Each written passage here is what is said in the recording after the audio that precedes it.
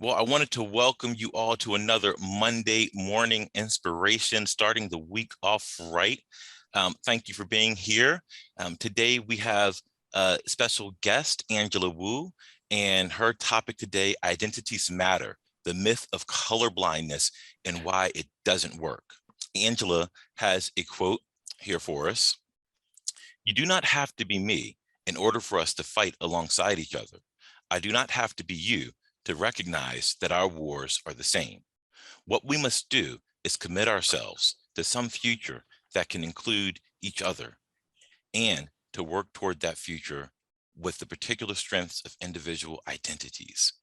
And in order for us to do this, we must allow each other our differences at the same time as we recognize our sameness." So, have you ever heard someone say, "I don't see color," or "we're all part of the same human race"? While well-meaning, such statements often shut down conversations before they start. In this session, you will hear about why identities matter and why we don't have to minimize differences in order to connect with one another. So, Angela Wu is the new Diversity, Equity, and Inclusion Manager for the GBMC healthcare system. Angela brings a vast background of diversity, equity, and inclusion work. Angela has advocated for marginalized communities. She has spent a good portion of her career in higher education, but she is a lifelong learner and she brings a lot to the table here at Gilchrist. So without further ado, please welcome Angela Wu. What an introduction, Wayman. Um, hi everyone. Like Wayman said, I'm Angela. I use she, they pronouns, and I am extremely honored to be here today with you all for this Monday morning's inspiration. I know that the title of the topic was sort of the myth of colorblindness, right? But really, I think the thing that I do want to emphasize is that people's identities matter, right? So I think I'll share a little bit about myself and sort of my own journey to get here in terms of why I ended up in this position at sort of GBMC and doing diversity work, but also really just more broadly thinking about why I became interested in diversity, equity, and inclusion, and how my own identity sort of came into play in that, and how my professional and personal identity sort of like came together, right? So to describe a little bit about myself, I identify as Asian American. I identify as a first-generation college grad. I was low income when I was growing up. Identify as the daughter of an immigrant single mother, queer, and those are just some of my identities, right? And a little bit about, to give you sort of the context of how I grew up. I was born and raised in California, in Southern California, in part of a Chinese immigrant enclave, right? So to give you a sense of that, the part of Los Angeles that I grew up in, my elementary school was 90-something% Asian. My high school was probably 60-something% Asian, right? And so growing up in California, I was surrounded by other Asian Americans, right? And so despite knowing that I grew up as a minority, I didn't feel like one, right? Because I was part of this like larger enclave. So really when I was growing up, like now that I've like been on my DEI journey, I've met a lot of other people of color who, if they grow up in environments where they are one of the few people of color, there's often this like struggle with like not feeling like you belong, right?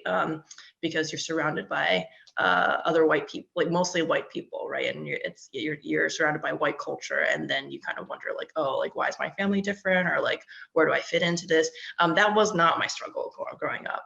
I was surrounded by other Asian Americans, and so the main sense of struggle that I had growing up was the dichotomy between what does it mean to be raised in America in an Americanized society with its emphasis on individualism, on finding your own path, on making your own decisions, versus what my mother, who was very strongly and proudly Chinese, wanted to raise me as a Chinese person, despite the fact that we were in America. And so she raised me, she tried to raise me to, think more about the collective, to be filial, to, you know, think a lot about family, and oftentimes trying to make decisions as a family, right? And so really the sort of experience of struggle and identity that I had growing up was like, what does it mean to be Asian? What does it mean to be American? What does it mean to be Asian American? And so that was kind of like the dichotomy that I was trying to balance. And at points in my childhood, it felt like those two things were polar opposites, and I could not reconcile the two, right? So that was what really spurred a lot of my interest in thinking about identity when I was growing up. And it wasn't until I went to college. I went to college at Mount Holyoke College in Massachusetts. So it was a liberal arts college, a women's college, that I was surrounded by the most diversity in my life because, like I said, my high school was not, my childhood was not very diverse. I was just surrounded by other Asian Americans mostly, right? But in college, I was surrounded by people of all races, people of all different economic backgrounds. I did not realize how poor we were until I went to college and was surrounded by people who, you know, used summering as a verb, right? Summered in the Hamptons or summered in Martha's Vineyard, right? So I was like, okay, this is a different culture than the one that I was raised in. So people of different economic statuses, people of different racial backgrounds, people of different, you know, like everything, right? In college, it can be one of the most diverse times in your life where you're really just surrounded and living with people who come from very different backgrounds than you. So that was the time during college where I started to, you know, feel like a minority, because I'd never felt like one before. But college was the first time I started to get asked questions like, why is your English so good, right? Which I'd never been asked that growing up. Or just, you know, other incidents of microaggressions that I had never experienced when I was in California. And so then I started to understand, wow, okay, so it's a different thing to be racialized as a minority when you are not part of a minority enclave. It's a different life experience. And so then I became really interested in, you know, what does difference mean, right? And like, why does it feel different, or how is that difference enforced? So I got involved in a program called Intergroup Dialogue, which deliberately tries to bring people of different, whether it's racial backgrounds, ethnic backgrounds, class backgrounds, all of those things around. It's a sustained dialogue over weeks, and you just continue to have facilitated conversations around that. So I became a facilitator for the Intergroup Dialogue project around issues of race and ethnicity. And that was sort of my first experience of trying to understand racial difference and having intense, sustained conversations around those things. And sometimes they were really rough, right? But I learned so much, and it shocked me that I had never learned about or had conversations about those things before, prior to college, right? And it just struck me that, you know, to learn about things like systemic racism, or to learn about things like, you know, what is internalized oppression, just understanding that there were systemic oppressions at play, and that I finally had framework or a language to describe so many of the things that I had experienced but never had the language to describe with. It was a life-changing experience is the only way that I could describe it, right? And it was a very empowering experience. At the same time, it was a very emotional in terms of, like, you know, I felt anger too, because why had I only been exposed to this or learned about these things now in college, right? When this could have been so helpful in terms of my understanding of myself, or my understanding of the world that we live in, if I had learned this earlier, say in high school or something like that, right? And it was an optional thing for me to go and learn about, rather than a required thing that everyone should learn about, right? So there was also a sense of like, why is this not just something that everybody gets to learn about? So there was a frustration and anger there that not everyone was able to, have access to this kind of education. So that really pushed me into the career that I chose, which was to, I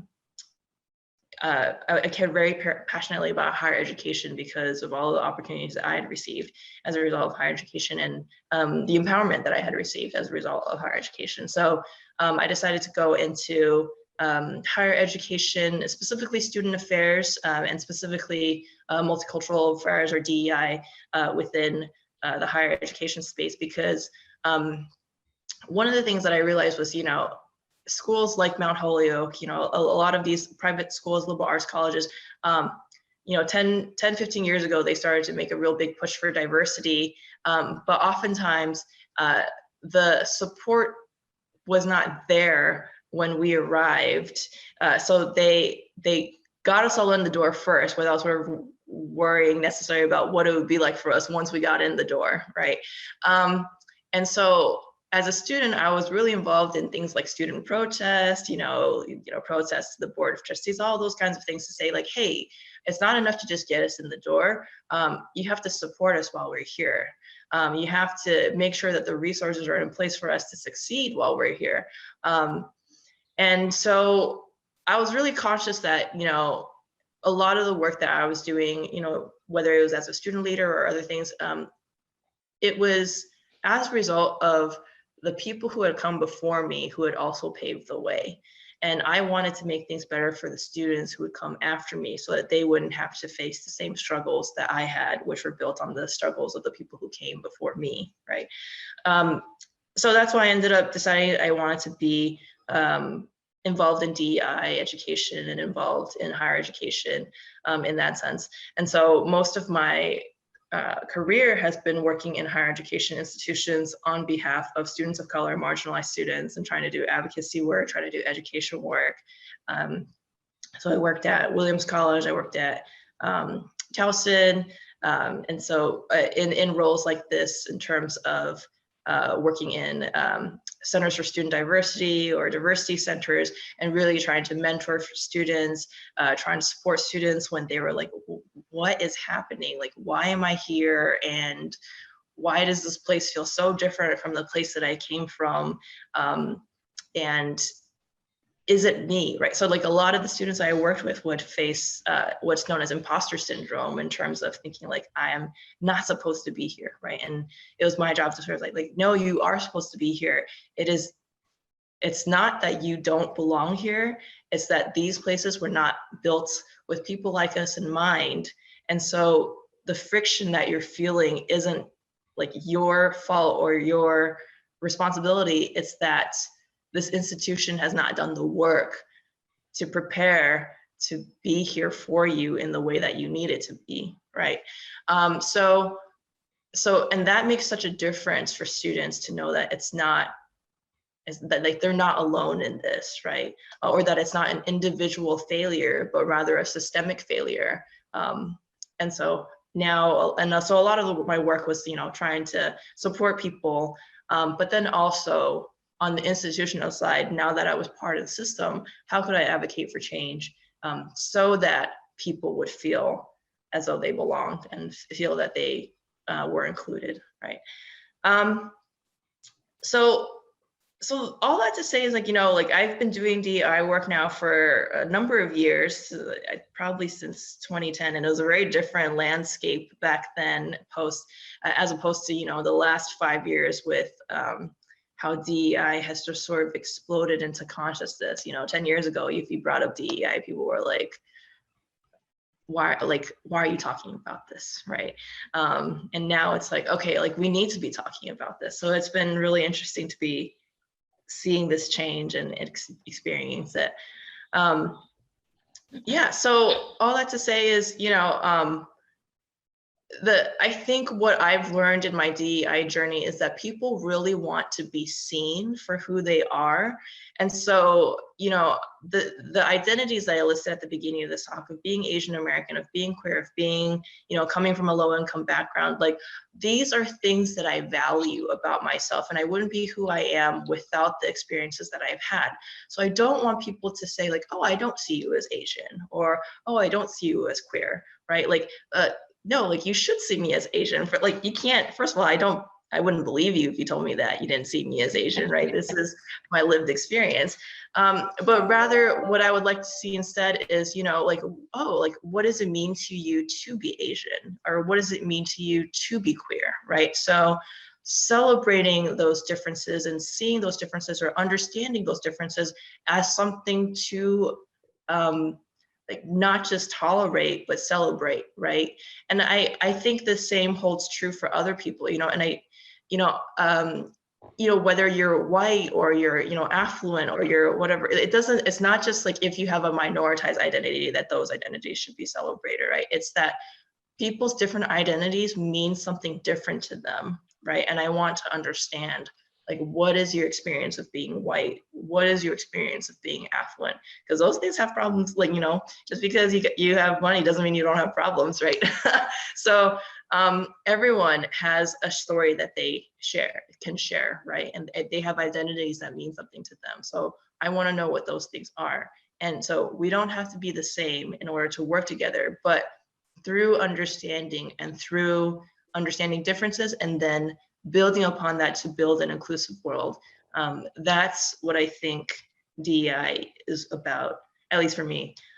So yeah, so I see we're at about 15 minutes. So I would love to have a conversation with everyone here, and to know, what sort of like resonated with you, or what are some thoughts y'all have or questions? So Angela, you mentioned, I think one of the things you just mentioned to me, the word that comes to mind is there's been an evolution for you. Mm-hmm. The time and over your learning and progressing and growing in the field. How has that been for your family to understand and receive you through that evolution? Oh my gosh, Lori, I love this question. This is such a good question because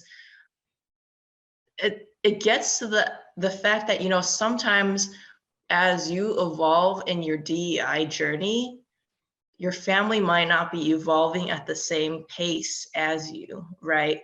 So that's something that I encountered, in that, the more I got involved in, thinking about social justice and things like that, my mother was very against it. She would ask me questions like, why are you always talking about race? Like, like, why, just focus on school. What are these protests that you're involved in? Like, and for her, so this is where cultural understanding is so important, because she left China in 1989 or 1988, like, and then shortly after that, the Tiananmen Square protests happened and the Tiananmen Square massacre happened, right? So she saw college students get shot for their beliefs and for standing up for what they believed in, right? So I'm sure she had some kind of fear around that when it came to me and my involvement in student protest, not understanding that America, protest is a protected right? Protest is part of the fabric and the history of this country, in terms of trying to make this country a better place, right?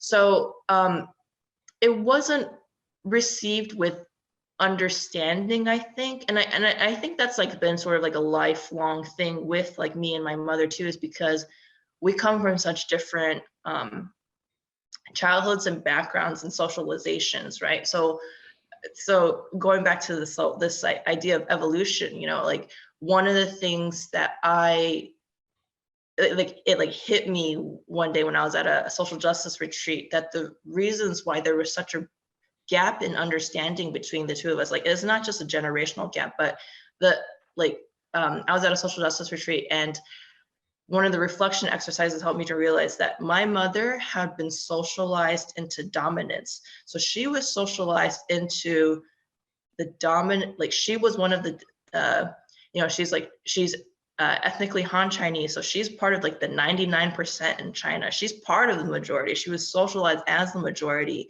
Whereas me in America, I was socialized into the minority. So she was socialized into dominance and I was socialized into oppression, you could say, right? So there's a gap in understanding of what it means to be when you are raised as the center versus when you are raised on the margins. And so so when I had that like aha moment, I was like, oh my gosh, like no wonder it feels like we are like ducks and chickens trying to talk to each other like across this like language barrier, right? So I think over time she's started to, I think maybe not understand like where I'm coming from, but understand that it's important to me. And certainly she's seen that I've made a career out of it. So I don't know that she'll ever understand it, but she accepts. I don't know if I don't even know if I could say that she accepts, but I think I've made my peace. The important thing is I've made my peace that whether or not she understands it, it is important to me. And so now, it's funny, like recently there've been all these movies coming out about people who are sort of like generational trauma breakers, right? So movies like Encanto or Turning Red or Everything Everywhere All at Once, all of these, like there's like this theme of like, parents apologizing to their children for like the trauma they inflicted upon them, right? Like that kind of thing. So, but really a lot of things of like how it takes a lot of bravery and courage to be the generational trauma breaker within your own family and to do things differently from the ways that your ancestors have done it. And I've like really resonated with that message. Like, okay, even if my family doesn't understand what I'm trying to do here, I understand what I'm trying to do here. And I understand that I'm trying to make life better for the generations coming after, that we don't have to live the same scripts as we have been living. Yeah, a great question, Lori. Thank you. Wow. Well, I wanted to ask, what kind of resistance have you met or do you meet typically when you help provide education and educate people out of this myth of colorblindness? What kind of resistance do you get? And then what kind of openness have you seen? Yeah, I think I've seen more openness than resistance, and it like from like surprising places, right? So like some of some of the incidents that come to mind, right? One time I was doing a workshop on social identities, right? And I was doing like what's known as like an identity wheel, where people, fill out their identities, like what's your race, class, ethnicity, religion, sexuality, gender, all of these things, right? And that day, my colleague's mother-in-law happened to be visiting, and she just sort of said, oh, my colleague goes, hey, like my mom-in-law just like wants to stay around for the workshop, is that all right? And I was like, sure, why not? So she's in her 50s or 60s or something like that. Afterwards she comes up, she's like, I've never learned anything about these things, like this was amazing. And she ended up having like this like long conversation with my colleague, her daughter-in-law, like afterwards. Like, oh, that was so interesting. I've never thought about my identities in that kind of way, right? So it was received more with openness. And I think, if I think about how a lot of people were raised, a lot of people of a certain generation were raised with the idea, like, don't talk about race, don't talk about religion, don't talk about money, don't talk about all these things that are like taboo topics. I think on the one hand, it can be like, oh, like we shouldn't talk about this thing, this is uncomfortable, right? On the other hand, people might have all these stories that are building up inside them that they just want to share. Like, I want to talk about what it was like for me to grow up this way, or to grow up of this religion. Like, these things are important to me, right? So I've mostly received it with openness of like, oh, people just have these stories bubbling up inside them that they want to share with others, like these life experiences they want to share with others.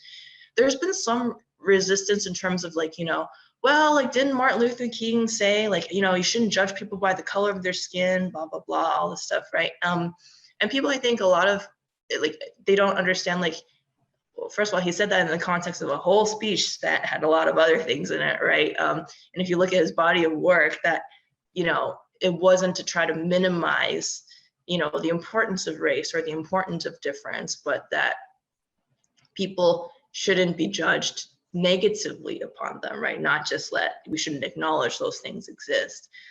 So I think really there is some resistance in terms of like, people don't want to be seen as biased or unfair. But once people understand that that's not what I'm trying to say, that it's it's not differences themselves that are inherently bad, but that we enforce otherness upon difference, right? That we enforce oftentimes as a society, some differences are good and some differences are bad. Like that's the thing that is the problem, not the differences themselves. And so when you start to unpack like some of these things, and people are much more, I think, like receptive, like, okay, like I just don't want to be unequal, not that differences themselves, like we shouldn't talk about those differences. Yeah. Wow. Well, thank you so much for such delightful and insightful conversation. I think that everybody on the call right now got a lot of insight into really what makes Angela tick, and also this background of colorblindness, acknowledging that it's okay to acknowledge, right? Before we get ready to sign off, are there any final thoughts or comments or questions? We have here in the chat. Fantastic. Thank you so much, Angela. That's from Michael. Gina says, I love the generational trauma breaker statement. Wow. Well, once again, Angela, thank you so much. And we look forward to the next time that we can do this. All right. Yeah, absolutely. It's been a pleasure to be here. And again, I'm so happy to have joined GBMC. I'm sure you'll be seeing me around soon in various things. So great to be here.